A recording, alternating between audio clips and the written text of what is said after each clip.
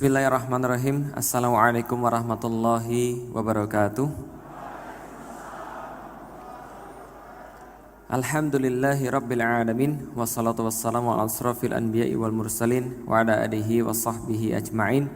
Ashhadu an la ilaha illallah wa ashhadu anna muhammadan abduhu wa rasuluhu la nabiyya ba'da. Wa qala Allahu ta'ala fil kitabihil karim, a'udzu billahi minasyaitonir rajim. Bismillahirrahmanirrahim. Innaddina indallahil Islam. Alhamdulillah, puji dan syukur senantiasa kita panjatkan kepada Allah Subhanahu wa taala atas rahmat, atas karunia, atas kesempatannya.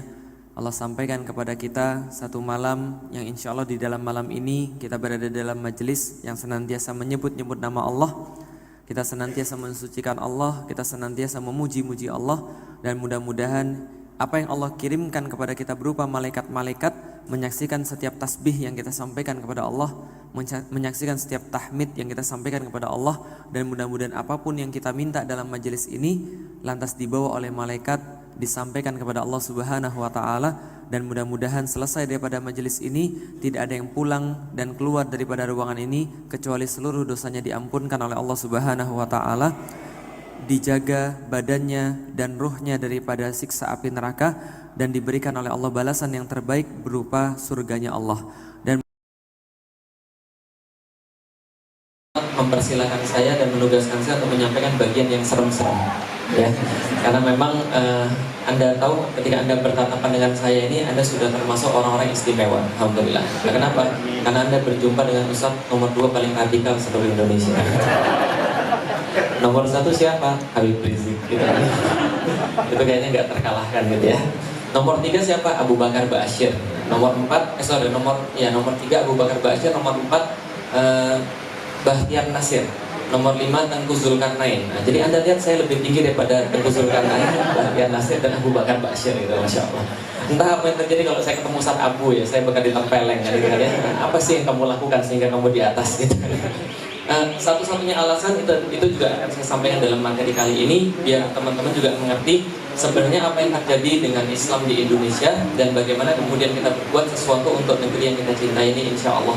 Jadi biar teman-teman juga memahami sebenarnya seperti apa sekarang percaturan politik di Indonesia yang berkaitan dengan Islam, insya Allah. Nah, setidaknya itu tujuan saya.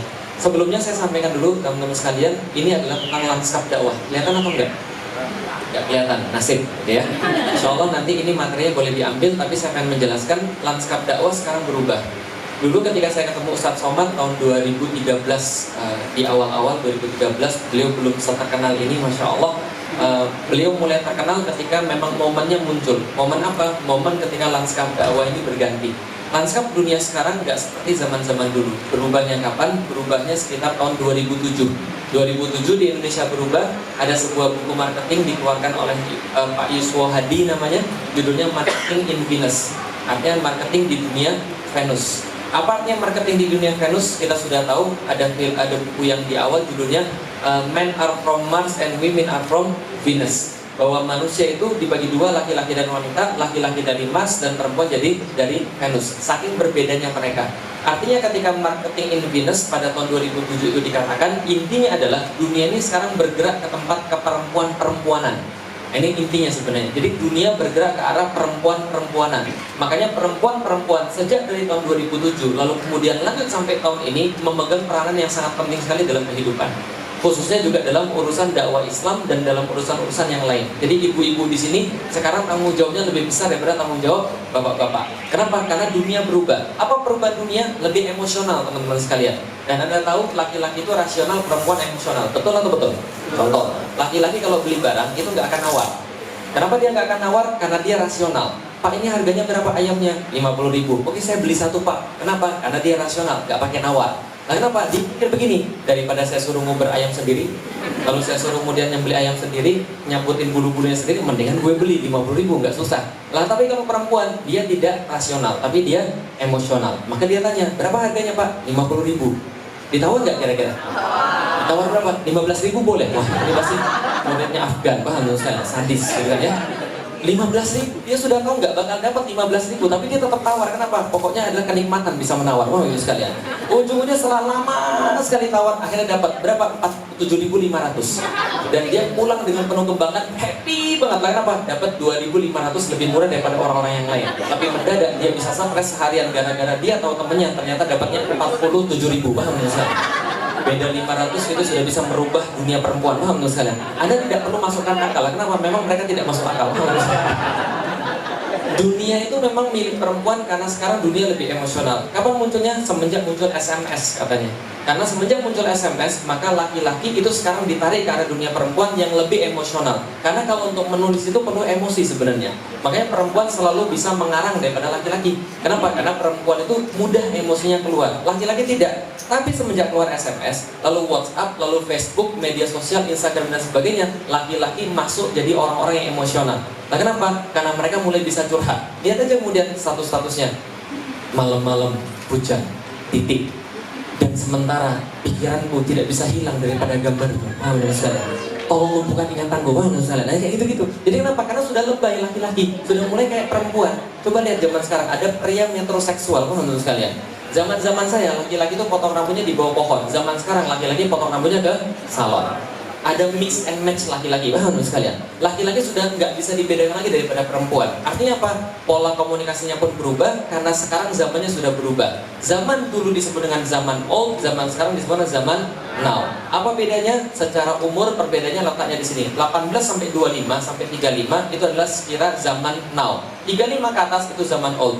Makanya orang tua yang umurnya 40 tahun ke atas punya anak sekarang yang usianya SD, SMP itu pasti banyak masalah. Nah, kenapa? Dia nggak bisa lagi mengenali dunia anak-anaknya. Dia nggak tahu lagi dunia anak-anaknya kayak apa. Pacaran sudah online gitu kan ya. Lalu kemudian zina juga sekarang online gitu kan ya. Apalagi ada TikTok, ada main musikali dan sebagainya. Mereka sudah nggak ngerti sama sekali. Karena mereka punya akun aja tidak. Pertanyaan saya, siapa yang umurnya 18 sampai 25 di sini? Nggak ada kan ya? Oh ada, alhamdulillah. Sisanya maksudnya. Sisanya ya. Nah, coba tanya sama anak-anak SMP sekarang. Tanya anak SMP berapa orang tuanya yang punya akun Instagram. Paling nggak lebih daripada 10%. Tanya lagi pertanyaan yang kedua. Berapa persen orang tuanya yang punya akun Instagram tadi ngupload setiap hari untuk kemudian di Instagram? Makin cuma sedikit, cuma 1 atau 2 orang. Artinya apa?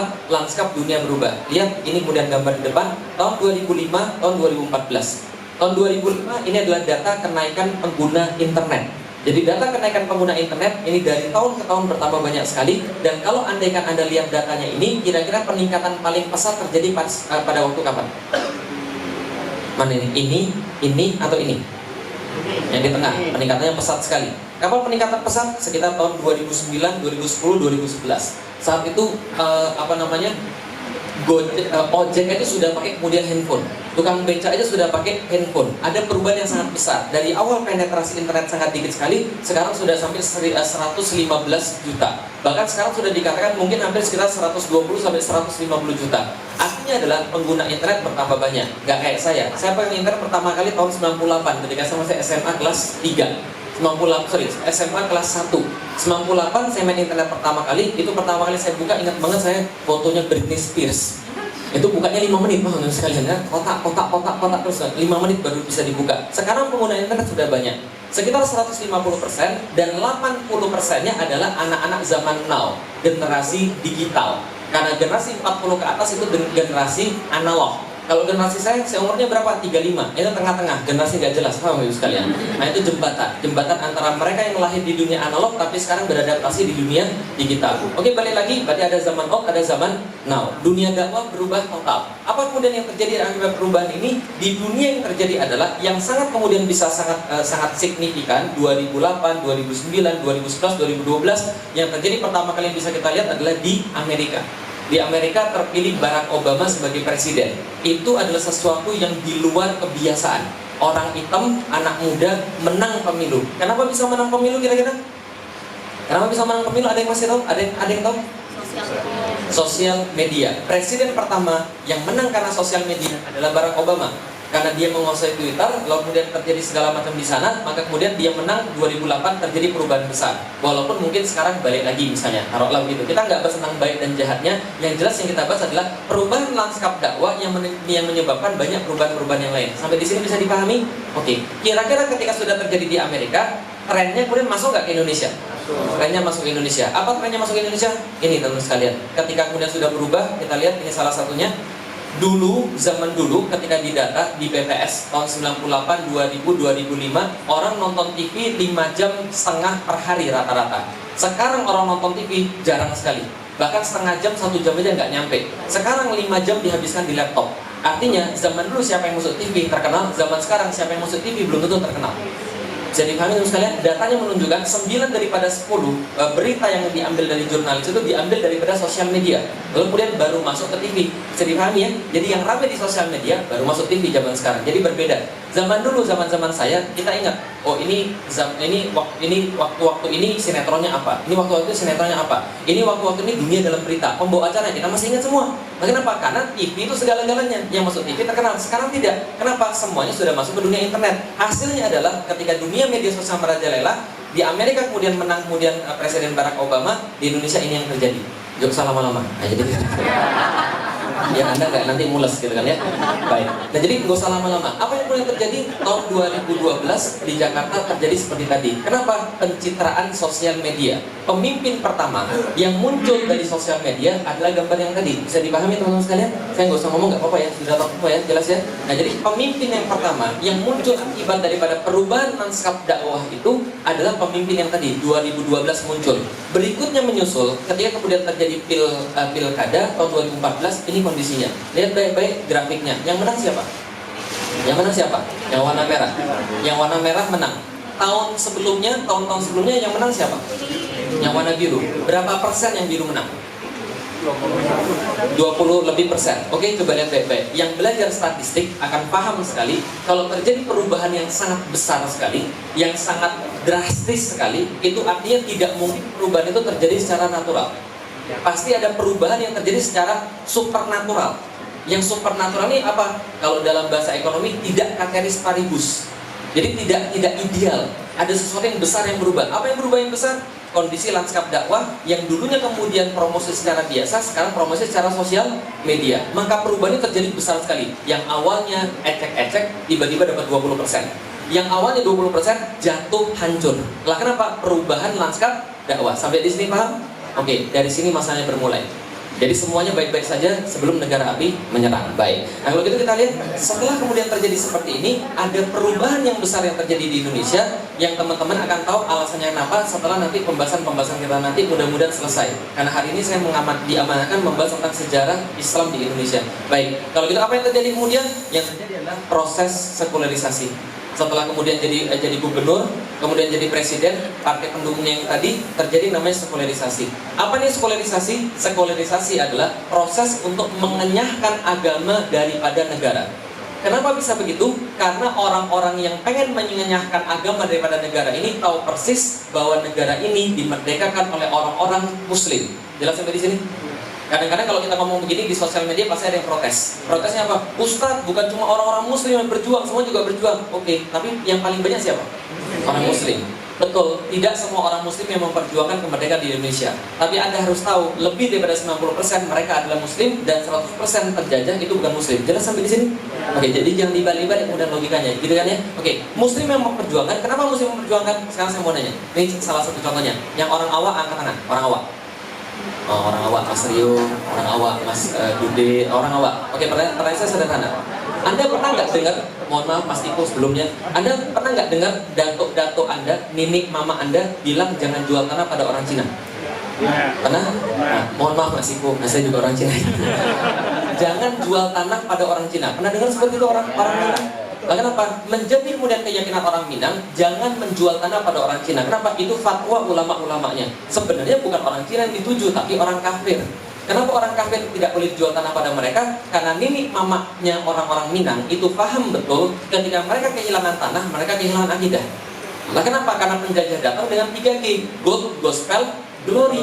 Mereka pengen uang, mereka pengen akidah, mereka pengen kekuasaan, mereka pengen meluaskan wilayah, mereka pengen meluaskan kemudian duitnya, dan pengen meluaskan agamanya. Maka 3 ini serangkai. Maka nenek mama itu bilang jangan jual tanah, karena kalau jual tanah berarti Anda kehilangan akidah. Maka mempertahankan tanah sama dengan mempertahankan akidah. Dapatnya dari mana? Dari Islam. Karena Islam adalah satu-satunya agama yang tetap berdiri tegak ketika orang-orang itu kemudian menzolimi mereka. Jadi ketika kemudian orang menzolimi, Islam itu berdiri tegak. Lah, kenapa kemudian terjadi perlawanan? Itu karena orang-orang Muslim, bisa dipahami teman sekalian. Karena mereka nggak mau.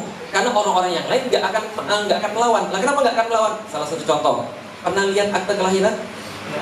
Pernah lihat akte kelahiran? Di situ ada di atas tertulis STBLD. Coba nanti lihat STBLD Anda berapa? STBLD Anda saya duga adalah sekitar 1930. Artinya apa? Pribumi Muslim. Stadsblad. Stadsblad adalah keputusan pemerintah Belanda. Artinya apa? Orang-orang yang Muslim itu nggak boleh sekolah sudah pasti. Yang boleh sekolah berarti yang berpihak pada penjajah. Sampai di sini paham? Karena ingat baik-baik, penjajah datang tuh dikit. Cuma ketika mereka datang, mereka merekrut banyak sekali pengkhianat, sehingga pengkhianat-pengkhianat inilah yang bersuara ketika rakyatnya melawan. Jadi pahami sampai di sini? Intinya adalah Islam senantiasa akan berdiri di depan kezaliman, kapanpun kezaliman itu akan terjadi. Maka Islam itu adalah agama yang sangat herois sekali. Supaya tidak terjadi perlawanan, Islam harus dinyahkan, sekularisasi. Bisa dipahami sampai di sini teman sekalian? Karena rumus di tempat-tempat yang lain, perlawanan itu hanya muncul ketika ada orang-orang yang berpegang pada nilai kebenaran yang hakiki, yaitu adalah Islam. Oke, sampai di sini sudah lihat sekularisasi. Salah satu contoh sekularisasi apa? Nih, salah satu contoh sekularisasi. Jangan lama. Baik.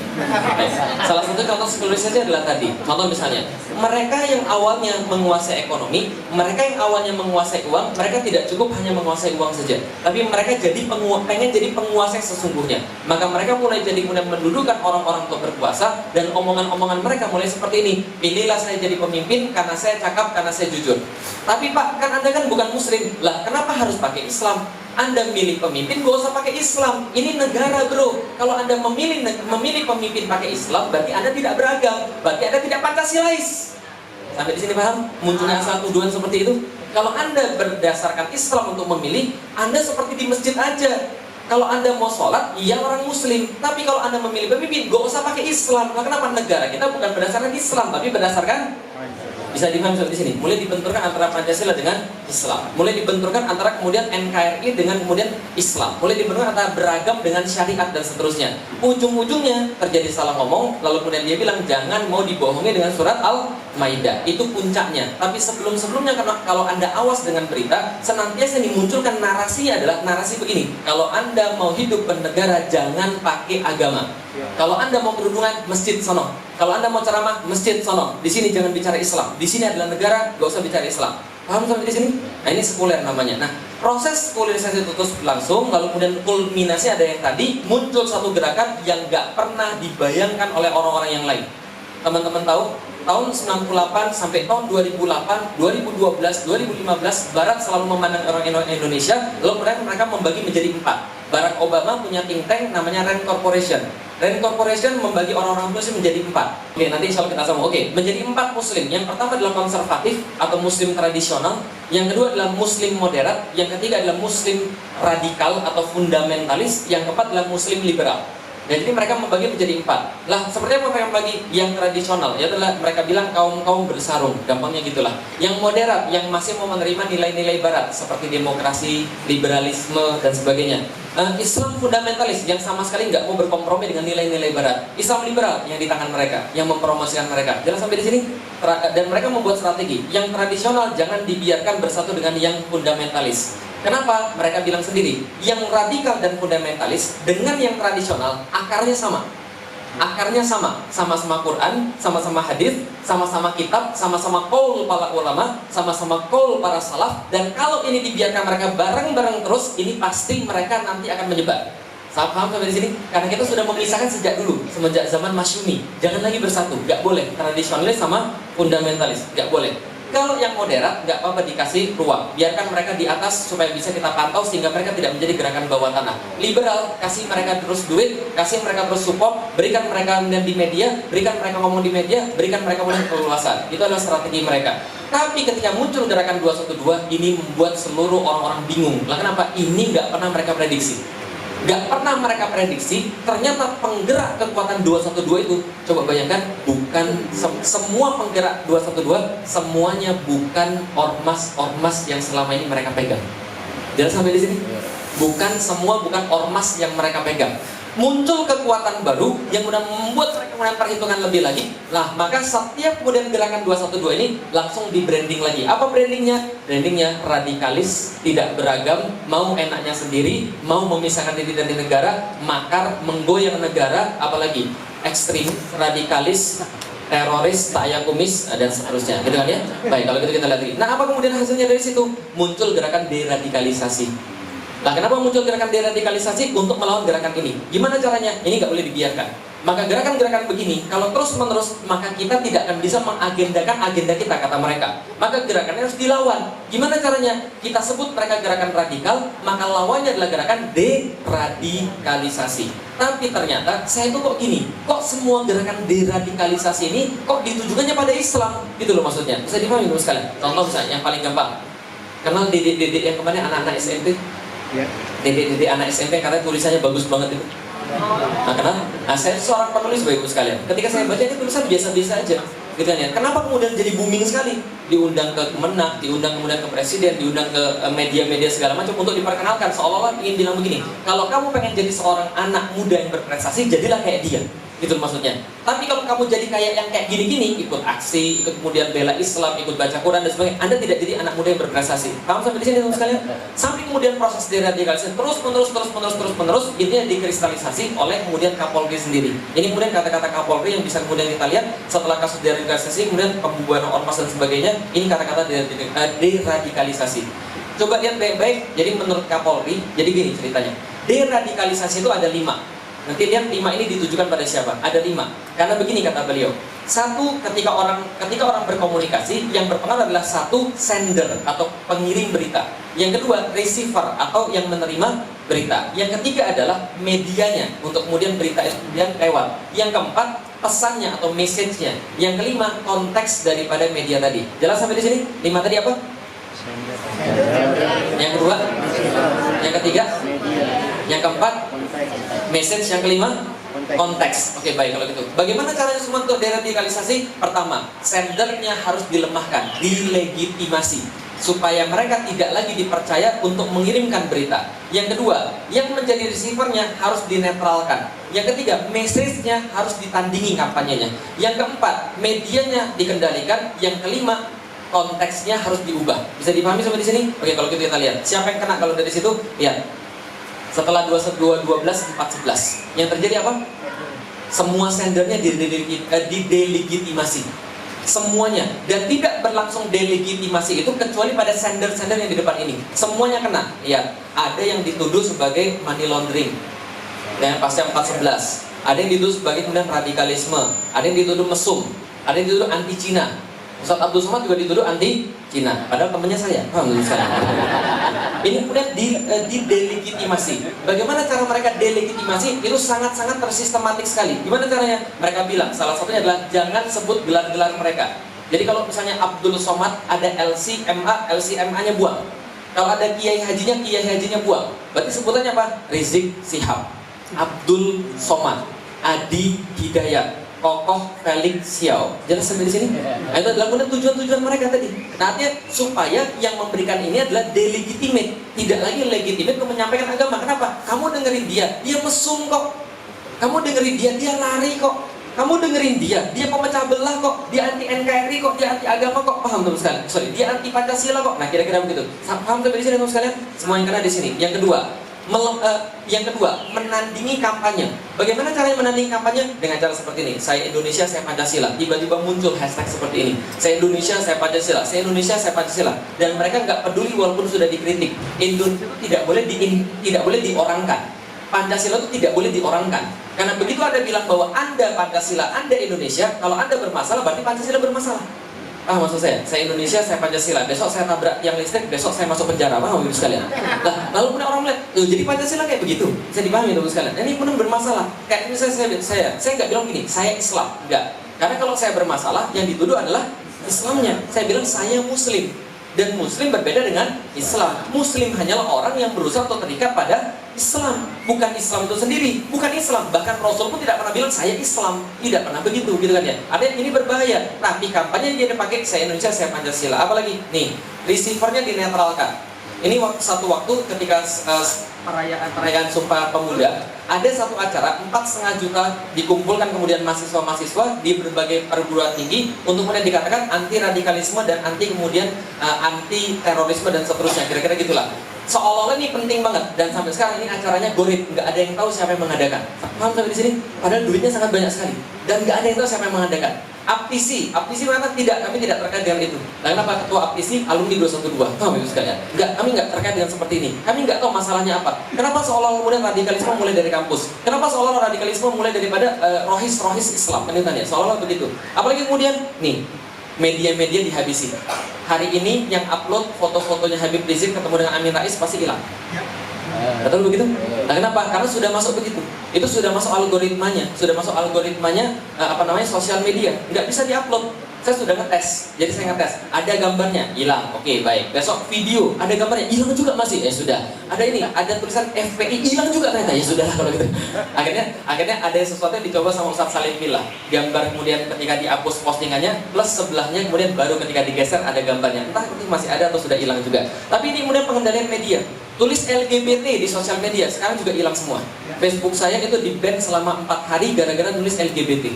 Paham teman sekalian? Padahal itu sudah jelas sekali. Saya kasih tahu kemudian kasih tahu data-datanya. LGBT bukan dari gen, bukan dari keturunan. Ini kemudian data-datanya sudah jelas sekali. Langsung dihapus, nggak bisa lagi. Mereka mengendalikan media. Mohon maaf, sekarang sudah ada kekuasaan yang diberikan pada penguasa untuk menghapus siapapun yang mereka suka tanpa kemudian untuk mempertimbangkan apapun. Ustadz kita sudah kena, tapi karena ketemu sama teman-teman artis balik lagi kan itu kan ya, alhamdulillah ya, insya Allah. Nah tapi kita lihat nih konteks, nggak usah lama-lama, baik, nah, gitu kan ya. Nah, belum lihat, nggak usah lah. Konteks, maksudnya konteks itu apa? Jadi konteks itu begini, contoh jihad. Jihad itu adalah perang dalam Islam. Rasulullah berjihad 27 kali dalam hidupnya ketika kemudian masih hidup. Jihad itu adalah kemudian qital, adalah perang. Tapi konteksnya sekarang mulai dialihkan. Oh, jihad itu bukan perang. Jihad itu adalah berusaha sekuat-kuatnya. Bisa dipahami? Oh, kerudung itu bukan menutup aurat, tapi konteksnya menjaga kehormatan. Paham sampai di sini? Nah, itu konteks namanya. Jadi mengalihkan konteks pada sesuatu yang lain. Dengan cara apa? Pakai para ahli statistik, pakai para ahli dan sebagainya. Ingat ketika saya debat sama abu-abu itu kemarin? Ya, abu-abu itu bilang gini, kita nggak usah percaya hadis. Nah, kenapa? Itu kan 200 tahun setelah Muhammad wafat. Loh, itu adalah kata-kata siapa? Itu konteks yang melencengkan oleh para orientalis. Untuk hadis, ketika kita percaya hadis, mereka bilang begini, jangan percaya hadis, itu 200 tahun setelah Rasulullah wafat. Kalau seandainya kita percaya Al-Quran, mereka bilang begini, gak usah percaya Al-Quran. Karena apa? Al-Quran itu kalamnya Allah, perkataan Allah. Sedangkan kita pakai kalam manusia. Kalam manusia bukan kalam Allah. Maka kita tidak akan pernah mengerti kalam Allah. Maka tidak bisa kita menafsirkan apa maunya Allah, kecuali Allah sendiri bisa menafsirkan. Kata-kata siapa itu masih ingat? Oke, jelas. Oke, gak usah disebutin namanya kan kita ya. Baik, lalu kita lanjut lagi. Nah, muncul kemudian perkara-perkara begini. Kita nggak tahu. Saya masuk Islam 16 tahun, Pak, Ibu sekalian. Ini Ramadan ke-17 saya. Artinya apa? Ketika saya masuk Islam, saya nggak pernah menemukan masalah besar kecuali kemudian setelah ini. Nah, kenapa? Diomongin, kenapa usah dibubarkan? Saya juga bingung kok, 16 tahun saya berdakwah nggak ada yang bubarin saya. Baru tahun-tahun ini aja muncul kayak gini, rohis diawasi, LGBT dihormati. Rohinya membantu rohinya itu berarti menggoreng untuk menjatuhkan pemerintahan. Dari mana bisa nyambungnya seperti itu? 4.11.212 lalu dikatakan sebagai menggoreng pemerintah, makar dan sebagainya. Muncul kata-kata begini. Apa efeknya? Deradikalisasi. Sehingga nggak bisa dipungkiri ketika orang melihat deradikalisasi itu sama dengan deislamisasi. Paham teman-teman sekalian?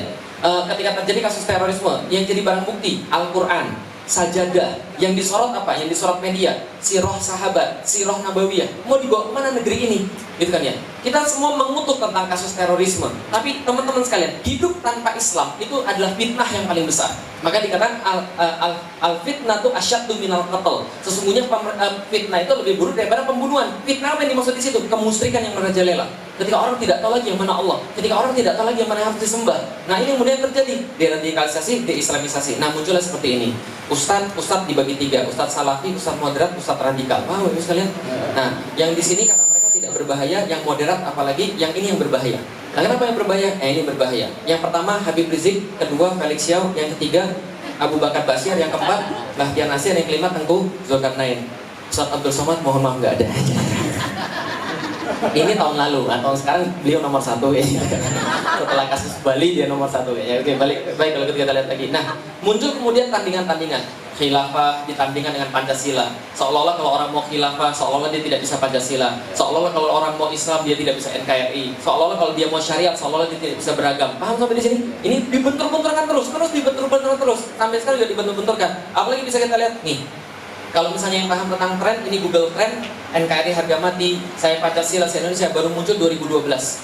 Seterusnya. Artinya apa? Anda bisa tahu apa yang terjadi pada 2012. Sampai di sini paham? 2012, 2014, dan seterusnya. Oke, lihat. Ini kata orientalis. Untuk menghancurkan umat Islam, kita nggak bisa menghancurkan mereka secara fisik kalau kata orientalis. Gimana cara menghancurkan mereka? Kita hancurkan dengan perang pemikiran. Kenapa perang pemikiran? Karena sepanjang sejarah, coba lihat, perang salib ada berapa banyak? Perang salib ada berapa banyak? Banyak, ya. 1, 2, 3 terus gitu, dari 1098 sampai kemudian tahun 1400 itu perang salib semua. Pertanyaan saya, perang salib kan banyak banget. Berapa kali mereka menang dari kita? Berapa kali mereka menang dari kita? Berapa kali? Enggak pernah, betul. Mereka enggak pernah menang dari kita. Lah kenapa? Mereka menyimpulkan setelah enggak pernah menang itu pada tahun 1300-an, kita nggak akan bisa menang daripada orang muslim. Kenapa? Ada dua yang mereka simpulkan. Satu, Al-Quran. Yang kedua, persatuan kaum muslim dalam bentuk khilafah itu.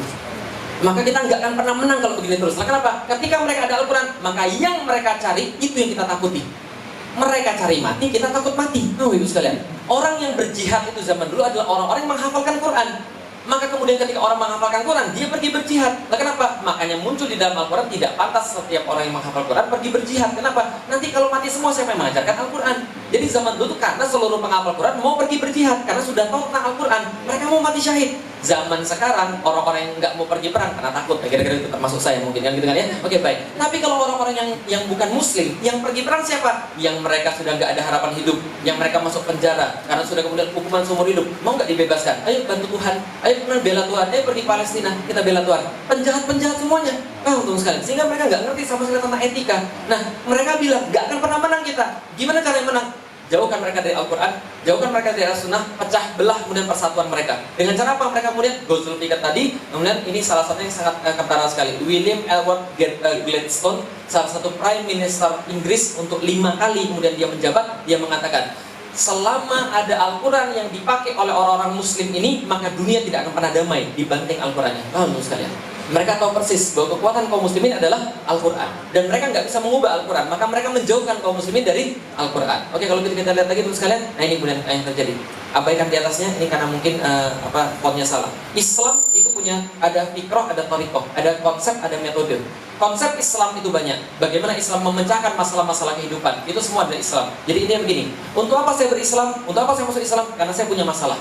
Dan nggak ada orang di dunia ini nggak punya masalah. Dan masalah Anda itu bisa diselesaikan dengan apa? Dengan Islam. Contoh, cewek suka sama cowok, wajar nggak? Cowok suka sama cewek, wajar nggak? Oke, list berapa hal yang bisa dilakukan ketika cewek suka sama cowok? Gimana solusinya? Selain nikah apa lagi? Pacaran. Selain pacaran apa lagi? Pacaran nikmat nggak? Ah, bohong.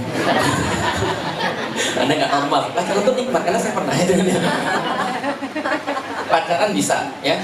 Apalagi zina juga bisa nikah, bisa zina, bisa kemudian pacaran, bisa ke dukun juga bisa. Pertanyaan saya, yang mana yang menyelesaikan masalah? Nikah, jelas ya. Jadi ada banyak penyelesaian masalah, tapi kalau anda mau penyelesaian yang tidak ada masalah lagi, Anda harus menggunakan Islam.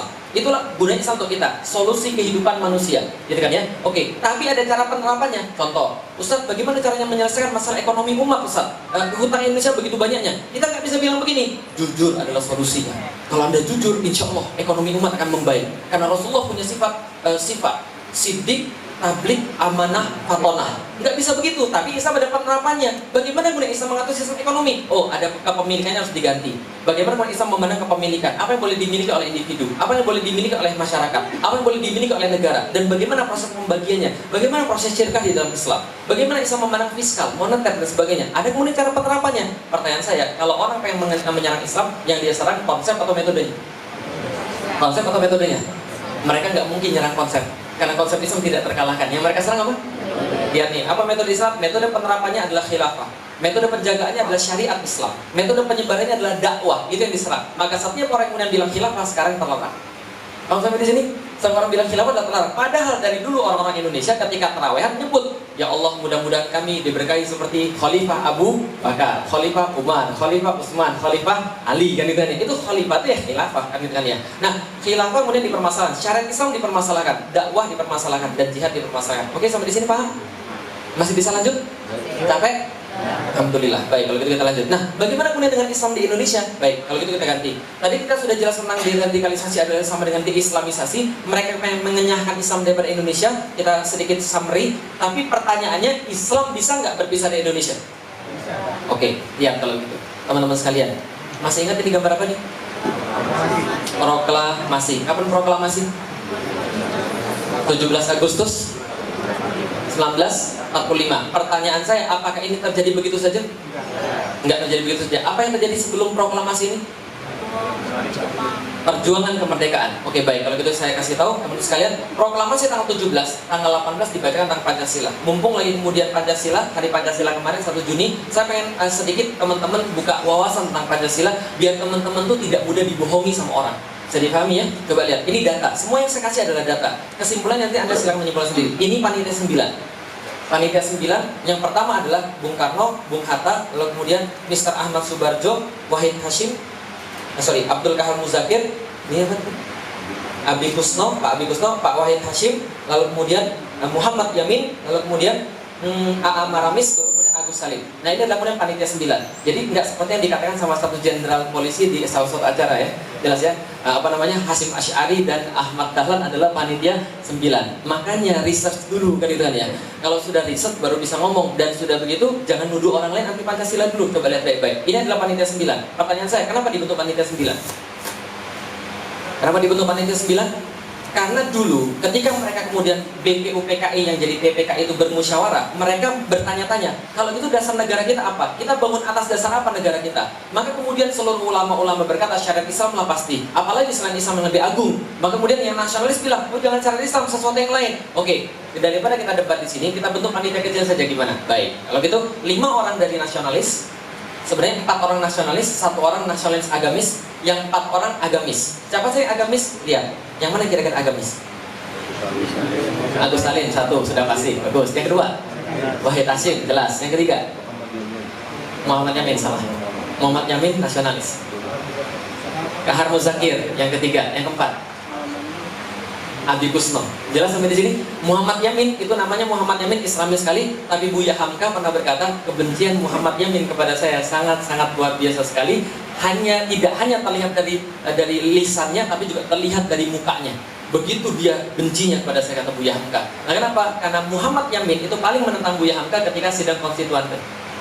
Dan ketika dia kemudian Soekarno mempenjarakan Buya Hamka. Tapi itulah luar biasa ulama-ulama zaman dulu. Buya Hamka itu ketika dipenjarakan sama Soekarno, lalu kemudian Muhammad Yamin sering kali kemudian mengolok-olok dan menghina beliau. Tapi sebelum meninggal, Bung Karno itu kemudian memberikan wasiat. Apa wasiatnya? Disolatkan sama Buya Hamka. Kalau antum kira-kira mau nggak dipenjara sama seseorang terus nyolatin dia? Rasudi gitu. Tapi dia mau. Ya, dia mau, Masya Allah. Itulah ulama-ulama kita kan yang wa'afina anin nas, Masya Allah, dan memaafkan manusia. Yang kedua, Muhammad Yamin itu ketika lagi sakaratul maut, dia mengutus asistennya kepada Buya Hamka. Kalau bilang, Buya, tolong agar mentalkinkan saya. Jadi mentalkinkan Muhammad Yamin. Dan Muhammad Yamin minta ketika meninggal, tolong agar jenazahnya diantarkan ke Mina supaya bisa dikuburkan di sana. Nah, kenapa? Karena orang Mina nggak mau menerima jasadnya dia. Nah, kenapa? Karena menentang ulama pada saat itu. Bapak Ibu sekalian, jelas ya. Jadi orang-orang yang menentang ulama itu ujung-ujungnya sadar semua. Ya, kita doakan mudah-mudahan sadar ujung-ujungnya gitu ya.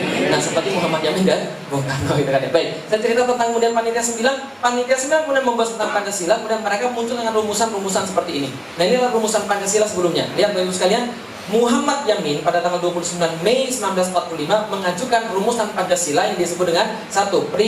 Peri kebangsaan, peri kemanusiaan, peri ketuhanan, peri kerakyatan, peri kesejahteraan rakyat. Alhamdulillah masih punya 15 menit. Baik. Lalu kemudian Soekarno pada tanggal 1 Juni yang diperingati sebagai kemudian kesaktian Pancasila merumuskan kebangsaan Indonesia, lalu kemudian internasionalisme atau peri kemanusiaan, mufakat atau demokrasi, kesejahteraan sosial, ketuhanan yang maha esa. Jelas sampai di sini? Ini kemudian Habib Rizik bilang ketuhanannya taruh yang paling bawah. Itu yang kemudian dilaporkan sama Sukmawati kepada Kapolda Jawa Barat. Yang sekarang Kapoldanya nyalon jadi wakil gubernur. Nggak penting, cuma kasih tahu aja. Yang jadi ngasih tahu aja, gitu kan ya. Ya, saya nggak nyebut siapa-siapa gitu kan ya. Baik, kalau gitu lihat, ini kemudian disepakati oleh para ulama. Pada tanggal berapa? Pada tanggal 22 Juni 1945, ini yang menjadi gentleman agreement. Lihat ya, 29 Mei, 1 Juni, 22 Juni. Jelas sampai di sini? Baca coba. Ketuhanan dengan kewajiban melaksanakan syariat Islam pada pemeluk-pemeluknya. Sampai di sini paham? Ini kesepakatan nenek moyang kita. Ini kesepakatan para pendahulu-pendahulu kita. Ini kesepakatan para pejuang-pejuang kita. Paham sampai di sini? Tolong jangan dibalik di sini. Ini 1 Juni. Pancasila lebih mirip yang di sini. 1. Ketuhanan dengan kewajiban melaksanakan syariat Islam bagi pemeluk-pemeluknya. 2. Kemanusiaan yang adil dan beradab. 3. Persatuan Indonesia. 4. Kerakyatan dipimpin oleh hikmah, kebijakan dan memusyawarahkan perwakilan. 5. Keadilan sosial bagi seluruh rakyat Indonesia. Mereka menyebutnya Khamsah Qonun. Asik ya, Khamsah Qonun. 5 hukum yang kemudian mendasari orang-orang Indonesia. Ini hasil debat ini. Nah kenapa? Karena Ki Bagus Hadikusumo mesenin pada kader-kader Muhammadiyah yang ada di situ, kalian harus memperjuangkan syariat Islam. A.A. Maramis bilang, kalau syariat Islam jadi dasar negara, lebih baik kami nggak ikut Indonesia. Kami mau bisa saja. Lalu kemudian diyakinkan, ya sudahlah nggak apa-apa. Kita nggak usah pakai syariat Islam. Soekarno bilang, ada jalan tengah. Apa jalan tengahnya? Syarat Islamnya hanya bagi pemeluk-pemeluknya. Jadi ini usulnya siapa? Nomor 1 silanya Soekarno, dengan kewajiban melaksanakan syariat Islam bagi pemeluk-pemeluknya. Sampai di sini paham? A.A. Maramis berkata, kalau begini saya sepakat 200%. Selesai sampai di sini? Selesai. Tiba-tiba pas dibacain tanggal 18 Agustus, Pancasilanya ganti jadi ketuhanan yang Maha Esa. Maka Muhammad Nasir, Ketua Masyumi pada saat itu berkata, kita berhamdalah ketika tanggal 17 dan kita beristighfar pada esok harinya. Bapak Ibu sekalian, kenapa hilang 7 kata itu? Apa yang hilang? Dengan kewajiban melaksanakan syariat Islam bagi pemeluk-pemeluknya. Sampai di sini paham? Kira-kira kalau Anda jadi ulama di masa itu, Anda sudah rembuk susah-susah, sudah gentleman agreement, sudah kesepakatan, piagam pula namanya mithaq, gitu kan ya. Mithaq Jakarta itu sudah sepakat, tiba-tiba hilang. Marah atau tidak Anda? Seluruh ulama ngamuk. Ki Bagus Hadikusumo yang paling keras ngamuknya, saya tidak terima, saya nggak mau terima ini seperti ini. Ini adalah pengkhianatan, saya nggak mau terima sama sekali. Ada satu yang meyakinkan, sudahlah Yai, nggak apa-apa, yang penting kita merdeka dulu, nanti kita bisa perjuangan lagi. Siapa yang meyakinkan? Namanya Kasman Singodimejo. Kasman Singodimejo dengan Jawa, kemudian Jawa kromonya berkata pun pada Yai Ki Bagus Hadikusumo, sudahlah Yai, yang penting kita nanti perjuangan. Nanti Bung Karno sudah menjanjikan bagi kita, katanya kuasai parlemen, perjuangan syariat Islam dari dalam parlemen. Lalu kemudian belum beliau kemudian bisa menyaksikan sidang konstituante, beliau meninggal. Kapan sidang konstituante? Tahun 56-59. Lihat baik-baik, ini hampir-hampir kemudian mirip kayak zaman sekarang. Sejarah selalu berulang. Yang paling kanan yang memperjuangkan Pancasila jadi dasar negara. Yang tengah yang memperjuangkan syariat Islam jadi dasar negara. Yang paling kanan diabaikan saja, karena nggak penting, dikit sekali nih kemudian. Yang pertama, ini adalah koalisi nasionalis dan koalisi komunis. Koalisi nasionalis komunis. Kristen di situ, Partai Sosialis di situ, PKI di situ, jangan sampai di sini, PNI di situ. Dan pada zaman dulu, kenapa Pancasila apis dengan syariat Islam? Karena Pancasila pada waktu itu sudah dikooptasi sama PKI. Orang PKI bilang, kamilah yang paling Pancasilais. Maka kamilah yang memegang tafsir Pancasilais. Nggak sesuai dengan kami, ada tidak Pancasilais. Paham sampai di sini? Maka Buya Hamka sempat berkata begini, kalau Anda mengambil Pancasila yang kemudian diakhirkan oleh PKI itu, sama saja Anda mengambil jalan menuju pada neraka. Jangan sampai di sini. Bukan Pancasila yang tadi ditemukan oleh para ulama lagi. Karena Pancasila yang ditemukan oleh para ulama tadi beda banget. Lihat teman-teman sekalian, saya sering dibilang anti Pancasila. Saya pengen ketemu sama orang yang bilang sama saya seperti itu. Lalu saya mau nanya, menurut Anda sila keempat kerakyatan yang dipimpin oleh hikmah kebijaksanaan, hikmah itu artinya apa? Ada yang bisa jawab di sini, hikmah artinya apa? Apa artinya hikmah? Dalam bahasa Indonesia hikmah artinya apa? Ayo, jangan aneh nggak Pancasila. Hikmah artinya apa? Manfaat, salah. Hikmah artinya apa? Yang paling dekat dengan bahasa Indonesia ada hikmah. Nasihat. Pusuk bukan, nasihat bukan. Kita ambil hikmahnya. Oke, hikmahnya apa? Jalan. Hikmah itu bahasa Indonesia atau bahasa Arab? Arab. Berarti bahasa Indonesianya hikmah yang paling dekat adalah kebijaksanaan. Tapi kalau kebijaksanaan jadi double dong, kebijaksanaan. Nah, inilah hebatnya ulama-ulama zaman dulu. Lah kenapa? Kode untuk mengartikan Pancasila itu ada pada Al-Qur'an. Apa maksudnya? Saking hebatnya mereka milih kata-kata itu, kata-kata dipilih dari Al-Quran sehingga nggak mungkin diartikan kecuali dari Al-Quran. Hikmah itu ada dalam beberapa tempat. Rasul dikasih hikmah. Wab'ats fihim rasulam minhum yatlu alaihim ayatika wa yu'allimuhumul kitaba wal hikmah wa yuzakkihim. Jelas sampai di sini? Ada hikmah di situ. Apa hikmah? Hikmah dalam bahasa Arab adalah penguasa, al-hakim. Kenapa? Karena penguasa itu harus memenuhi hikmah. Seperti Sulaiman, seperti Luqman, seperti Yahya dikasih hikmah. Apa itu hikmah? Hikmah adalah sesuatu yang lebih tinggi daripada benar dan salah. Maka hakim itu harus punya hikmah, bukan hanya benar dan salah, tapi kemampuan menerapkan benar dan salah dalam kondisi yang paling tepat dengan cara yang paling indah, itu hikmah. Maka penguasa disebut dengan hakim. Bisa dipahami sampai di sini? Dengan permusyawaratan perwakilan, musyawarah. Bahasa apa itu? Arab atau bahasa Indonesia? Arab. Musyawarah artinya apa? Musyawarah. Pertanyaan berikutnya, apakah semua boleh dimusyawarahkan? Nggak boleh. Di dalam Islam tidak semua boleh dimusyawarahkan. Besok kita sholat Jumat atau tidak? Haram itu dimusyawarahkan sama kira saya. Kira-kira kerudung kita boleh kelihatan nggak dadanya? Nah, itu haram kemudian kalau bisa dimusyawarahkan. Jelas sampai di sini. Jadi musyawarah itu adalah perkara-perkara yang mubah. Contoh, besok kita Jumatan pakai baju apa? Musyawarah boleh. Besok kita Jumatan di mana? Musyawarah boleh. Tapi begitu menyangkut dengan apa yang Allah halalkan dan apa yang Allah wajibkan dan Allah yang haramkan, itu tidak ada musyawarah lagi. Allah ada berapa? Satu atau dua? Musyawarah. Pak, kita selesai. Jadi permusyawaratan itu diatur dalam Al-Quran. Jelas sampai di sini? Oke, balik lagi saya di PKI. Oke, sorry. PKI. Oke. PKI dan sebagainya sudah jelas sampai sini. Ini kemudian partai-partai Islam semuanya. Ketika kemudian mereka berapat selama 3 tahun, nggak mencapai kemudian hasil stalemate, akhirnya Soekarno mengeluarkan dekret presiden. Ini dekret presidennya. Inti dekret presidennya adalah bahwa syariat Islam, Piagam Jakarta menjiwai UUD 45. Paham sampai di sini? Artinya adalah apa? Negara ini berdasarkan Islam dan kemudian berdasarkan syariat Allah. Anda berhak, karena itu dekret presidennya belum dicabut.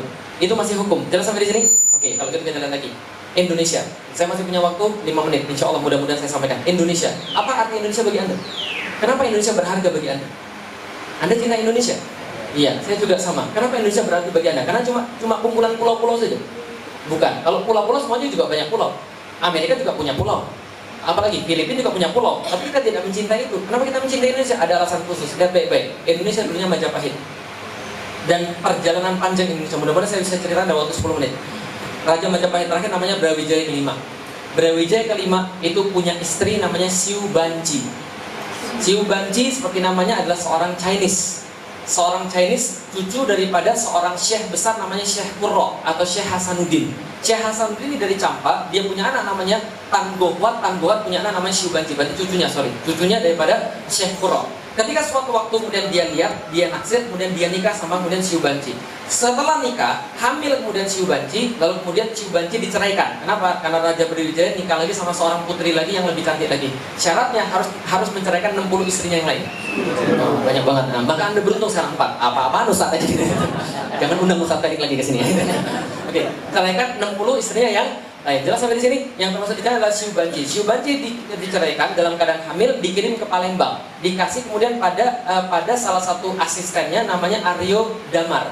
Aryo Damar lalu kemudian masuk Islam, ganti nama jadi Aryo Abdillah. Dipanggilnya Aryo Dillah. Aryo Dillah setelah kemudian Siu Banci melahirkan, anaknya dikasih nama Jinbun, lalu kemudian dinikahi sama Aryo Dillah. Punya anak lagi namanya Husen. Namanya Husen, tapi karena orang Palembang nggak bisa bilang hak seperti orang Jawa Totok nggak bisa bilang hak, jadi bilangnya K. Alhamdulillah. Pernah dengar begitu? Nah, Alhamdulillah ya. Jadi namanya Raden Husen, kakaknya Jinbun. Nah, setelah kemudian menikah, Jinbun sama Raden Husen disuruh mengurusin Palembang. Mereka nggak mau. Mereka pergi berguru pada Sunan Ampel. Yang Sunan Ampel itu baru datang dari Turki setelah diutus oleh Sultan Mehmed Çelebi. Ya, jadi Sultan Mehmed Çelebi mimpi ketemu Rasulullah. Rasul minta untuk ngirim 9 orang ke Jawa Dwipa. Dikirim kemudian 9 orang Wali Songo itu, lalu kemudian berhentinya di Gresik. Makanya Gresik itu banyak orang-orang Arab. Nah, kenapa? Karena berhentinya di situ. Nah, bergurulah sama Sunan Ampel dan seterusnya. Diminta sama Sunan Ampel, kamu buka daerah Gelagahwangi, dirikan kerajaan di sana, urus manusia. Didirikan sama Jinbun Gelagahwangi, lalu kemudian diurus dengan Islam. Raja Brawijaya V kaget, loh ini kok wilayah ini cepat sekali berkembang. Ini orang siapa? Panggil orangnya, jangan-jangan dia mau menyaingi Majapahit. Dipanggil, ternyata anaknya sendiri. Wah, ibu sekalian, anaknya sendiri. Dia bilang, sudah teruskan untuk ngurus Gelagahwangi, tapi saya minta tempat itu ganti nama jadi Demak. Gelagahwangi ganti jadi Demak. Jinbun dikasih gelar Raden Fatah. Paham ibu sekalian? Oke. Nah, setelah kemudian dia minta bapaknya, bapak masuk Islam saja. Bapaknya nggak mau. Didatangi Sunan Ampel, bapaknya nggak mau Islam. Didatangi Sunan Kalijaga, baru mau masuk Islam bapaknya. Brawijaya kelima. Setelah seluruh masuk Islam, Jinbun kemudian memimpin sana Kesultanan Demak. Kesultanan Demak kemudian diwariskan kepada Pajang. Pajang diwariskan kepada Mataram. Mataram kemudian apa yang terjadi di Mataram? Yang terjadi adalah ini. Nah, ini Mehmed Çelebi fotonya. Lalu kemudian mengutus yang namanya Wali Songo. Zamannya kemudian Raden Fatah 1479 berdasarkan pidatonya Sultan Hamengkubuwono X 1479 Sultan Turki melantik Sultan Nusantara Raden Fatah dengan gelar Ingalogo Sayyidin Panotogomo Sayyidin Panotogomo Khalifatu Rasulillah ing tanah Jawi. Jelas di sini. 1479 siapa yang memimpin? Muhammad Al-Fatih, nama saya yang saya ceritakan terus-menerus. Dan ya, lalu kemudian tahun 1620-an Sultan Agung II dilantik lagi oleh Murad II dengan gelar ing ngalogo Sayyidin Panotogomo Khalifatu Rasulillah ing tanah Jawi Sultan Malik Maulana Al-Makarami. Paham Ibu sekalian? Lalu kemudian ini jelas nggak kemudian linknya? Jelas ya? Oke, kalau gitu kita lihat. Pertanyaannya, apa yang menyebabkan Indonesia menjadi berarti? Mataram, kemudian setelah Mataram terjadi dijajah, lalu kemudian kemerdekaan Indonesia. Kemerdekaan Indonesia baru ada wilayah Indonesia setelah Mataram masuk wilayah Indonesia. Berarti muncul kata-kata ini atas berkat rahmat Allah yang Maha Kuasa. Ini yang membuat kita kemudian menjadikan Indonesia menjadi berarti. Lalu apa kemudian kita bisa lihat? Sebab Islam Indonesia bisa merdeka. Maka tidak mungkin kita memisahkan Indonesia dengan Islam. Nggak mungkin memisahkan Indonesia dengan Islam. Yang nyoba-nyoba berarti benar-benar nekat. Pancasila senantiasa dipasang dengan Islam. Yang sebelah kiri, yang sebelah sini. Mirip nggak kira-kira? Sebelah sini apa? Lambang apa? Garuda. Sebelah sini apa? Yang orang Aceh kata? Yang orang Aceh? Burung elang. Oh, topinya Aceh. Alhamdulillah, insya Allah Pak. Mudah-mudahan. Nah, yang topinya Aceh. Oh, gitu. Lambang Samudra Pasai. Samudra Pasai Aceh itu pakai lambang seperti ini. Nah, itu Ustadz Abdul Somad itu buyutnya dari muftinya sana. Samudra Pasai, ya berarti ini namanya Samudra Pasai. Baca dari atas juga nggak bisa. Kalau saya kasih clue, Bismillah. Oke, Bismillah. Kepalanya Garuda apa? Allah. Bismillahirrahmanirrahim. Yang bawah itu dari sayap ke bawah, Asyhadu an la ilaha illallah sampai kakinya, wa asyhadu anna Muhammadar Rasulullah. Di tengahnya tamengnya mirip kayak Pancasila sekarang. Mirip. Tamengnya apa? Yang di tengah-tengah adalah syahadatain. Kanan atas itu adalah as-salat. Yang bawah siam. Yang sebelah sono zakat. Yang sebelah sini haji. Jadi pahami rukun? Yang desain siapa? Orang Islam. Umat Islam. Orang mana? Turki Utsmani. Jelas sampai di sini? Oke, jelas sampai di sini? Oke, berarti Anda sudah ngerti kira-kira merasa bangga nggak dengan sebagai orang Islam di sini? Ya Allah. Mohon maaf banget. Saya nggak tahu saya nggak tahu nasab saya ini dari mana. Saya punya catatan 23 nasab Siau, keluarga Siau, dan yang jelas nggak ada orang Muslim di situ. Nasab Anda ada orang Betawi, Anda ada orang Padang, Anda orang Minang, ada orang Aceh, ada orang Jawa, ada orang Sunda. Nasab Anda adalah pejuang-pejuang yang memerdekakan negeri ini. Andai kan harus ada orang yang memperjuangkan itu, bukan saya yang lebih layak, tapi Anda itu. Saya dipahami teman sekalian. Lah, kok malah saya kemudian dikasih kemudian tugas ini? Padahal nasab saya itu bukan siapa-siapa. Padahal Rasul katakan ada dua yang penting, nasab dan kasab. Artinya apa? Bisa jadi keturunan Anda bisa jadi Hos Cokor Aminoto. Bisa jadi kemudian siapa? Kasman Singgodimejo. Kemarin saya ketemu dengan keturunannya Ki Bagus Hadikusumo. Ya Allah, orangnya pintar banget. Nasab itu pengaruh sekali. Saya dipahami teman sekalian. Artinya apa? Ini negeri Anda dimerdekakan dengan Islam, diberi ruh dengan Islam. Setelah sebelumnya kemudian nggak menyembah Allah, dimerdekakan dengan Islam, dibebaskan daripada penyembahan terhadap manusia menjadi penyembahan terhadap Allah Subhanahu wa Ta'ala. Harusnya Anda paham bahwa inilah kemudian Islam di Indonesia. Sampai di sini kita bisa lihat lagi apa ujung-ujungnya? Islam adalah Indonesia dan Indonesia adalah Islam. Nggak bisa dipisahkan sama sekali. Artinya adalah apa? Sekarang ada kekuatan yang mencoba untuk mengenyahkan Islam daripada Indonesia dan kembalikan lagi seperti zaman-zaman yang lalu. Pertanyaannya, mau atau tidak? Baik, Anda harus sadar, ikuti komando para ulama, dan sekarang peperangannya itu bukan hanya peperangan ilmu, tapi peperangan opini. Orang nggak peduli lagi tentang benar dan salah. Pokoknya klaim aja Felixio anti Pancasila. Mereka nggak mau tahu lagi pengetahuan saya tentang Pancasila seperti apa. Mereka nggak mau tanya lagi bagaimana pandangan saya tentang Indonesia. Mereka nggak peduli sama sekali. Nah, ini masalah adalah pertanyaan opini. Kenapa? Dalam kemudian kasus-kasus 5659, teman-teman tahu siapa partai berkuasa di situ? Dan mereka paling pintar untuk menggunakan propaganda. Karena belajar propaganda bagi mereka adalah seperti belajar usul fikih bagi kita. Seperti belajar usul akidah bagi kita. Artinya apa? Yang paling pakai banyak propaganda adalah orang-orang itu. Saya nggak usah sebut ya, nanti saya masuk penjara. Bagus sekali.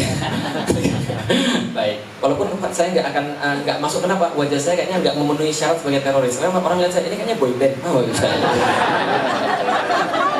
Ya, yang mau saya sampaikan pada teman-teman sekalian adalah teman-teman punya posisi yang sangat sentral sekali. Setiap dari kita Allah kasih amanah tertentu. Apa amanahnya? Allah percayakan suara orang-orang pada kita.